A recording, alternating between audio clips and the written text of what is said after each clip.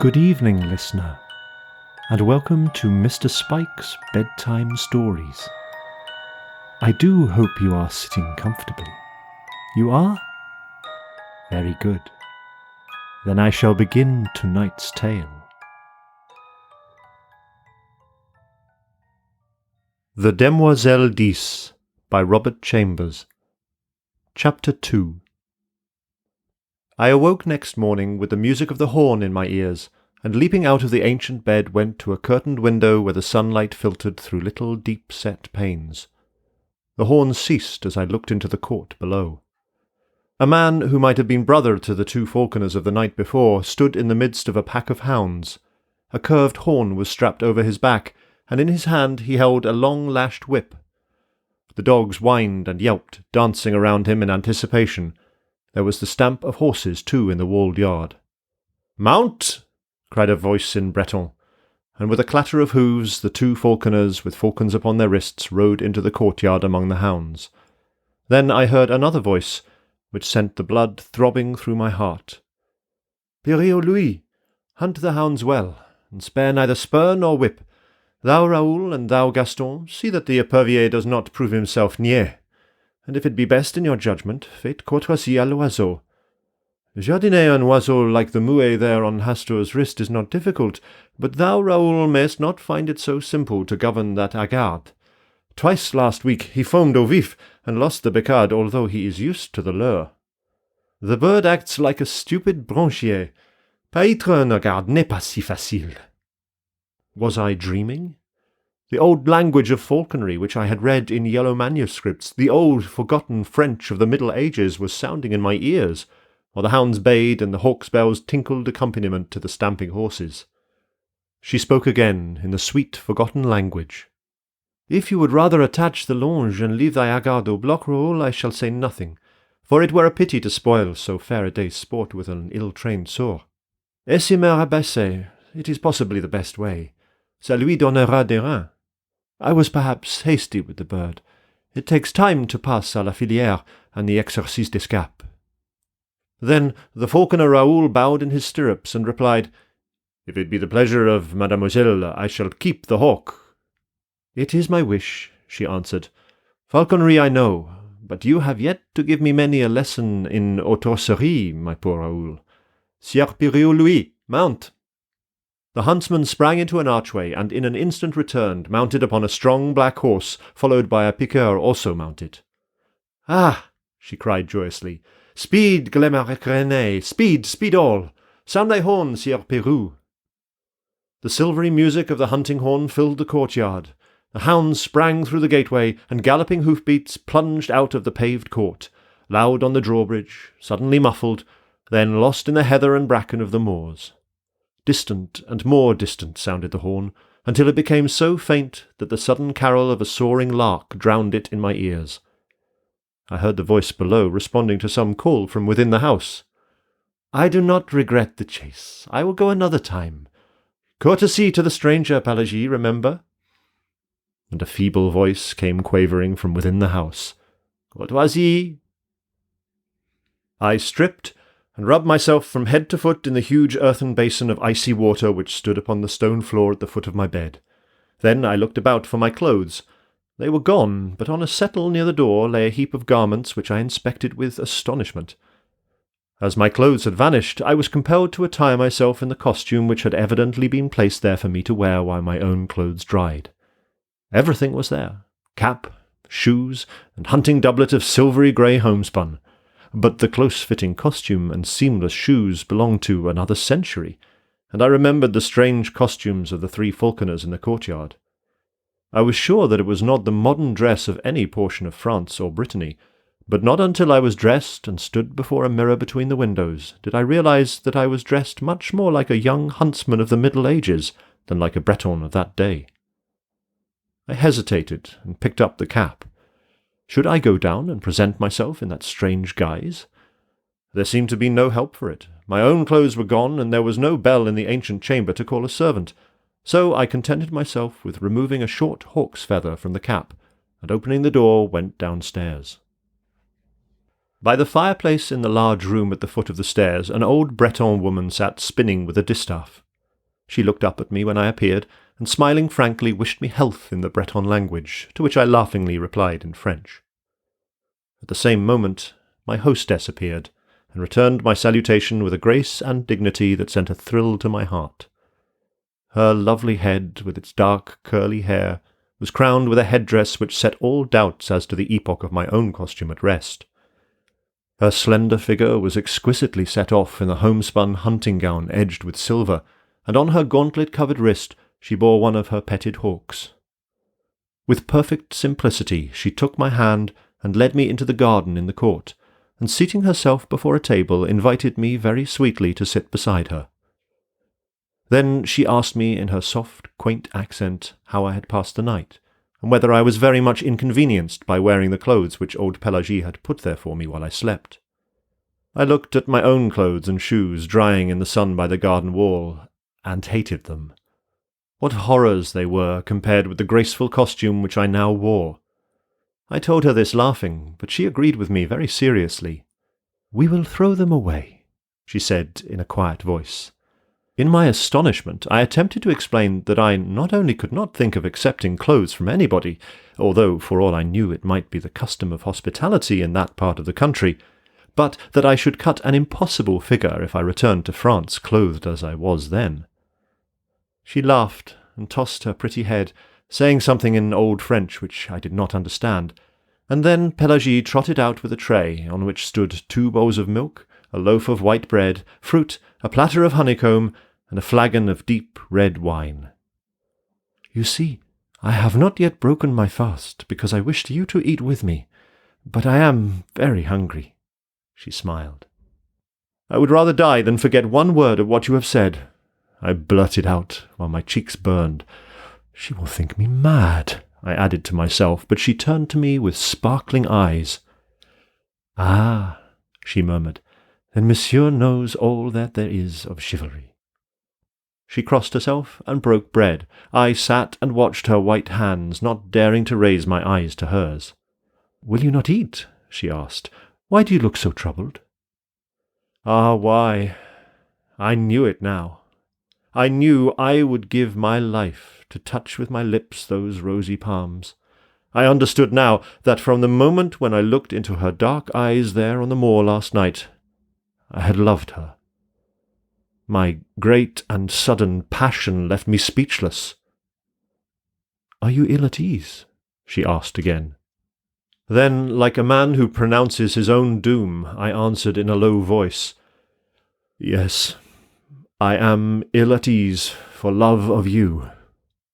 And as she did not stir nor answer, the same power moved my lips in spite of me, and I said, "I, who am unworthy of the lightest of your thoughts, I who abuse hospitality and repay your gentle courtesy with bold presumption, I love you." She leaned her head upon her hands and answered softly, "I love you. Your words are very dear to me. I love you." "Then I shall win you." "Win me," she replied. But all the time I had been sitting silent, my face turned toward her. She also silent, her sweet face resting on her upturned palm, sat facing me, and as her eyes looked into mine, I knew that neither she nor I had spoken human speech. But I knew that her soul had answered mine, and I drew myself up, feeling youth and joyous love coursing through every vein. She, with a bright colour in her lovely face, seemed as one awakened from a dream, and her eyes sought mine with a questioning glance which made me tremble with delight. We broke our fast, speaking of ourselves. I told her my name, and she told me hers, the Demoiselle Jeanne d'Ys. She spoke of her father and mother's death, and how the 19 of her years had been passed in the little fortified farm alone with her nurse Pelagie, Glemarec René the piqueur, and the 4 falconers, Raoul, Gaston, Hastur, and the Sieur Piriou Louis, who had served her father. She had never been outside the moorland, never even had seen a human soul before, except the falconers and Pelagie. She did not know how she had heard of Kerselec. Perhaps the falconers had spoken of it. She knew the legends of Loup-Garou and Jeanne la Flamme from her nurse Pelagie. She embroidered and spun flax. Her hawks and hounds were her only distraction. When she had met me there on the moor, she had been so frightened that she almost dropped at the sound of my voice. She had, it was true, seen ships at sea from the cliffs, but as far as the eye could reach, the moors over which she galloped were destitute of any sign of human life. There was a legend which old Pelagie told, how anybody once lost in the unexplored moorland might never return, because the moors were enchanted. She did not know whether it was true. She never had thought about it until she met me. She did not know whether the falconers had ever been outside, or whether they could go if they would. The books in the house which Pelagie the nurse had taught her to read were hundreds of years old. All this she told me with a sweet seriousness seldom seen in anyone but children. My own name she found easy to pronounce, and insisted, because my first name was Philip, I must have French blood in me. She did not seem curious to learn anything about the outside world, and I thought perhaps she considered it had forfeited her interest and respect from the stories of her nurse.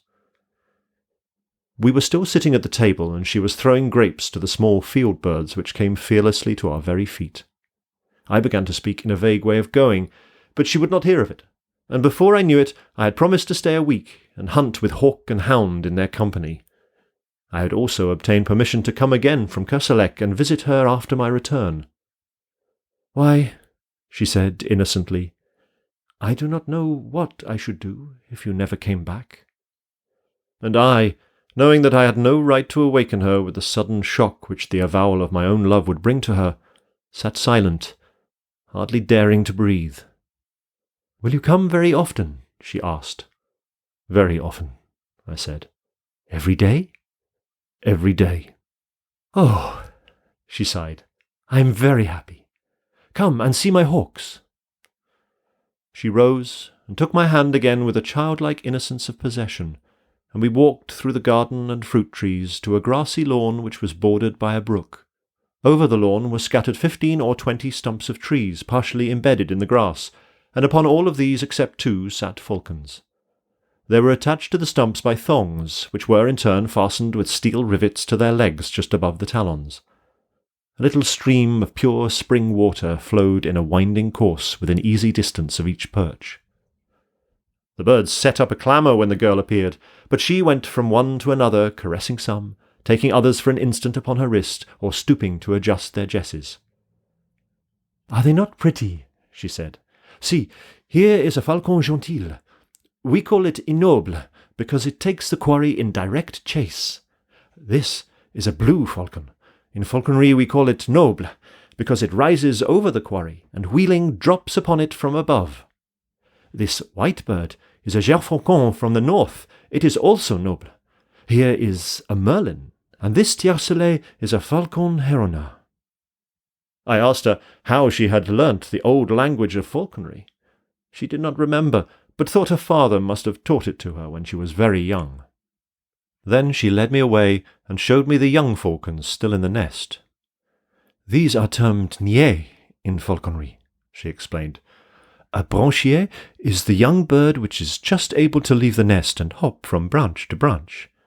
A young bird which has not yet molted is called a sourd, and a muet is a hawk which has molted in captivity. When we catch a wild falcon, which has changed its plumage, we term it a hagarde. Raoul first taught me how to dress a falcon. Shall I teach you how it is done?" She seated herself on the bank of the stream among the falcons, and I threw myself at her feet to listen. Then the Demoiselle d'Is held up one rosy-tipped finger and began very gravely. "First, one must catch the falcon." "I am caught," I answered. She laughed very prettily, and told me my dressage would perhaps be difficult, as I was noble. "I am already tamed," I replied. "Jest and belled." She laughed, delighted. "Oh, my brave falcon! Then you will return at my call?" "I am yours," I answered gravely. She sat silent for a moment. Then the colour heightened in her cheeks, and she held up her finger again, saying, "Listen, I wish to speak of falconry." "I listen, Countess Jeanne d'Is." But again she fell into the reverie, and her eyes seemed fixed on something beyond the summer clouds. Philippe, she said at last. Jean, I whispered. That is all I wished, she sighed. Philippe and Jean. She held her hand towards me, and I touched it with my lips. Win me, she said, but this time it was the body and soul which spoke in unison. After a while she began again. Let us speak of falconry. Begin, I replied. We have caught the falcon. Then Jeanne d'Ys took my hand in both of hers, and told me how, with infinite patience, the young falcon was taught to perch upon the wrist, how, little by little, it became used to the bell jesses and the chaperon à cornette. They must first have a good appetite, she said. Then, little by little, I reduced their nourishment, which in falconry we call pâte. When, after many nights passed au bloc, as these birds are now, I prevail upon the haggard to stay quietly on the wrist, then the bird is ready to be taught to come for its food. I fix the pâte to the end of a thong or leurre, and teach the bird to come to me as soon as I begin to whirl the cord in circles about my head. At first I drop the pâte when the falcon comes, and he eats the food on the ground. After a little, he will learn to seize the lure in motion as I whirl it around my head, or drag it over the ground. After this, it is easy to teach the falcon to strike at game, always remembering to faire courtoisie l'oiseau, that is, to allow the bird to taste the quarry. A squeal from one of the falcons interrupted her, and she arose to adjust the longe which had become whipped about the block, but the bird still flapped its wings and screamed. What is the matter? She said. Philip, can you see? I looked around, and at first saw nothing to cause the commotion which was now heightened by the screams and flapping of all the birds. Then my eye fell upon the flat rock beside the stream from which the girl had risen. A grey serpent was moving slowly across the surface of the boulder, and the eyes in its flat triangular head sparkled like jet. A couleuvre, she said quietly. It is harmless, is it not? I asked. She pointed to the black V-shaped figure on the neck. It is certain death, she said. It is a viper. We watched the reptile moving slowly over the smooth rock to where the sunlight fell in a broad, warm patch. I started forward to examine it, but she clung to my arm, saying, Don't, Philip. I am afraid. For me? For you, Philip. I love you. Then I took her in my arms and kissed her on the lips, but all I could say was, Jean, Jean, Jean. And as she lay trembling on my breast, something struck my foot in the grass below, but I did not heed it. Then again something struck my ankle, and a sharp pain shot through me. I looked into the sweet face of Jeanne d'Ys and kissed her, and with all my strength lifted her in my arms and flung her from me. Then, bending, I tore the viper from my ankle and set my heel upon its head. I remember feeling weak and numb. I remember falling to the ground.